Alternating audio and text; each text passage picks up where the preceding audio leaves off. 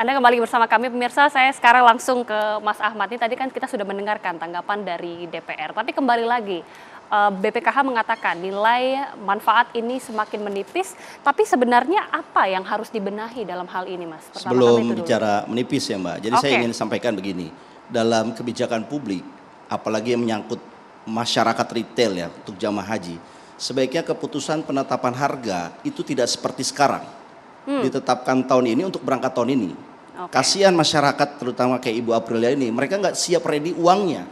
Kan diputuskan kan last minute, diputuskan naik misalkan nambah sekitar 22 juta atau 23 juta. Kan ini harusnya kita memperbaiki kebijakan publiknya bahwa harusnya keputusan untuk tahun ini harusnya diambil kemarin tahun lalu. Jadi kira-kira masyarakat atau jamaah haji, calon jamaah haji punya waktu 1 tahun. Lah apa sih susahnya? Kita ini negara udah canggih loh, udah bangun mobil listrik ya kan? Ini udah canggih, masa menghitung ini nggak bisa? Menurut saya ini tamparan buat harus menjadi evaluasi di DPR juga, karena ini kan keputusan bersama dengan DPR.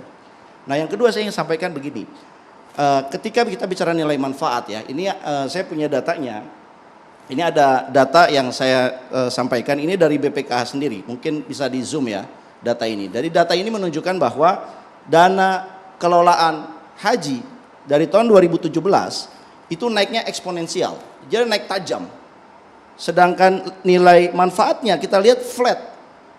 Di tahun 2023 ini sekitar 10 triliun mohon maaf. Tidak jauh berbeda dari tahun sebelumnya 10 triliun juga. Padahal kalau kita lihat jamaah yang mau ikut haji tiap tahun bertambah. Kenapa? Karena mereka melihat saudara-saudara mereka umroh juga naik. Jadi antusiasme masyarakat tinggi sekali.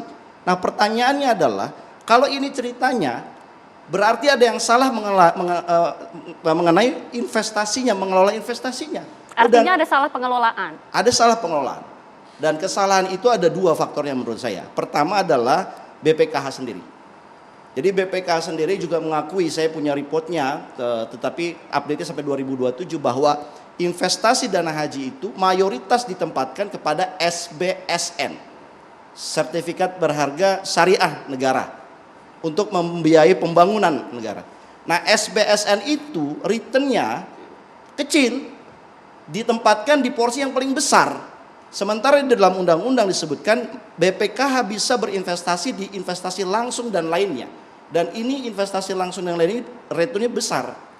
Nah persoalannya adalah ada lazy, ada kemalasan dari pimpinan BPKH untuk menempatkan, mengotak-atik portofolio mereka, sehingga mereka memberikan return yang besar gitu. Makanya returnnya hanya 10 triliun dan itu angkanya hanya 6,06% saja. Dari 165 data April 2023 triliun, 165 triliun. Tapi bukan investasi memang dibatasi oleh undang-undang, Mas? Nah ini yang kedua, jadi sebetulnya mereka punya ruang gerak karena diatur maksimalnya, misalkan investasi langsung maksimal 30%. Nah mereka menggunakannya, saya punya datanya ini, baru 0,36%. Kecil sekali. Mayoritas hampir 66,7% dana kelolaan haji itu ditempatkan di SBSN yang returnnya rendah. Sementara gaji, mungkin Bang Iskan bisa jelasin, gaji pejabat BPKH minta disamakan dengan industri jasa keuangan yang sangat tinggi. Jadi kalau mereka sebagai fund manager dengan resiko yang berat, oke. Tetapi mereka nggak ngelola resiko apa-apa, taruh saja di SBSN. Jadi menurut saya ini ada laziness sama ketidak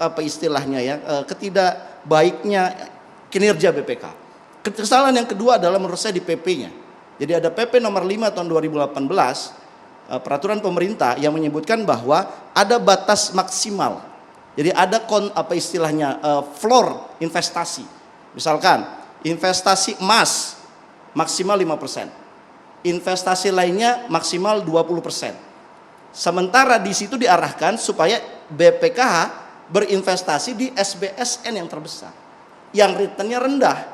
Jadi PP-nya ini harus diperbaiki kalau BPKH mau tidak defisit di tahun 2027. Jadi jangan kemudian masyarakat atau publik yang disalahkan. Loh Anda dikasih amanah sama masyarakat untuk mengelola dana haji, tetapi Anda tidak mampu mengelolanya karena returnnya rendah. Kemudian masyarakat yang harus dikenakan sanksi. Apa? Anda bayar harus lebih mahal tiap tahun. Kasihan Ibu Aprilia ini, dia tidak akan pernah berangkat haji. Kenapa? Karena Pak Iska tadi bilang, setiap tahun dananya naik terus. Hari ini 22 juta tambahannya.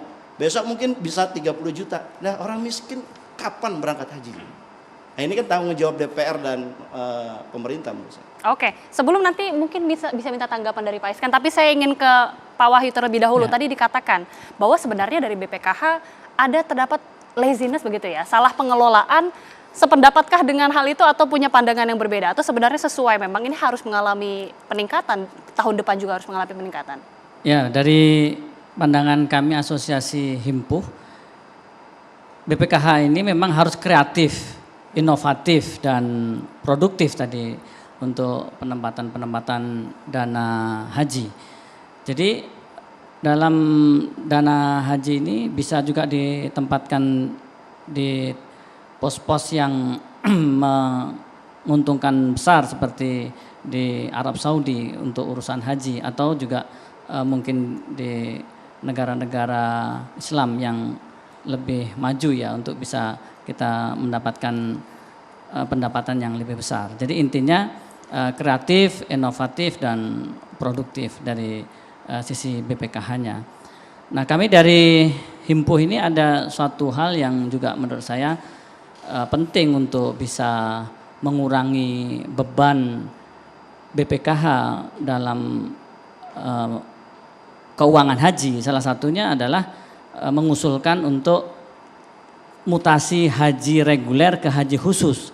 Hal ini barangkali nanti dari Komisi 8 di tahun-tahun ke depan dalam revisi Undang-Undang 8 2019 itu bisa mulai dibahas karena haji reguler ini yang sudah daftar 10 atau 20 tahun yang lalu boleh jadi mampu untuk pindah ke haji khusus, sehingga ini juga bisa mengurangi beban BPKH di dalam dana hajinya. Dan ini pun nanti regulasi dan mekanismenya tentu akan dibahas dan diatur di dalam undang-undang ataupun KMA, Keputusan Menteri Agama ataupun Skep Dirjen, sehingga nilai keadilan di dalam mutasi haji reguler ke khusus ini juga tetap berpegang teguh pada first come first serve itu ya.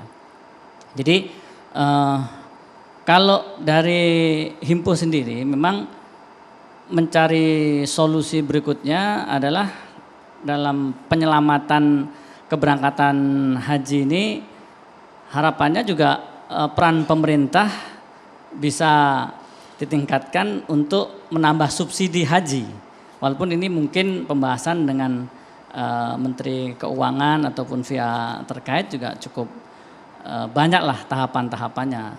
Tapi memang menurut saya ini hajat hidup orang banyak ya. Tadi Bu Aprilia salah satunya atau mungkin juga banyak yang lainnya tadi.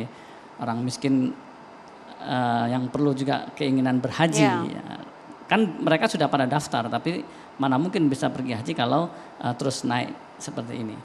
Kemudian yang kedua adalah kami juga mengusulkan memang untuk penyelamatan haji ini salah satunya ya perlu ditingkatkan setoran awal haji, sehingga pengelolaan dana haji selain tadi lebih produktif ya dan bisa mendapatkan keuntungan yang lebih besar apabila modalnya lebih besar. Ini logika bisnis lah ya. Tapi menurut saya ini sangat masuk akal untuk penambahan setoran awal haji akan menyebabkan bagi hasil atau imbal hasil atau dana manfaat itu akan lebih besar. Kemudian yang terakhir ya